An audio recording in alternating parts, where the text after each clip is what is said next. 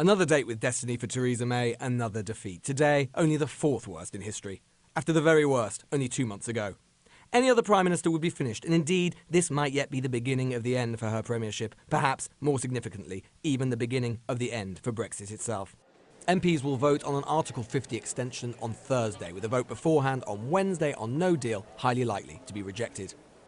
The government has offered a free vote for those, where they will not tell Tory MPs how to vote, an almost unprecedented step for something so important. So unsure are they of their ability to command their troops. Many MPs think it's indicative of a government whose authority has ebbed away. We have to, in my view, stick to things like our manifesto commitment, which was to leave no deal on the table until the last minute, and no deal is better than a bad deal. So, of course, I am slightly sort of perplexed that we have decided to give tomorrow as a free vote. And never mind her MPs, there are some who think that even her cabinet might revolt. I have said already that I think if she lost tonight and then potentially loses, as in Parliament sort of starts to dismantle the strategy that she pursued, I think that does make her position very, very difficult. And that's presumably a conversation that she and the Cabinet will want to have. Most MPs think an extension of Article 50 is now highly likely, and probably one longer rather than shorter. How long are you going to be arguing for that postponement to be? I think long, actually. A very short postponement just for technical reasons to put through her deal. I think we lost that tonight.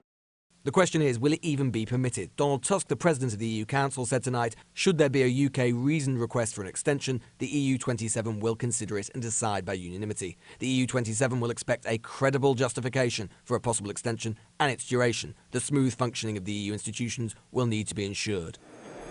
And what of Labour? Many thought defeat tonight would signal a full embrace of a second referendum, but the party doesn't seem so sure.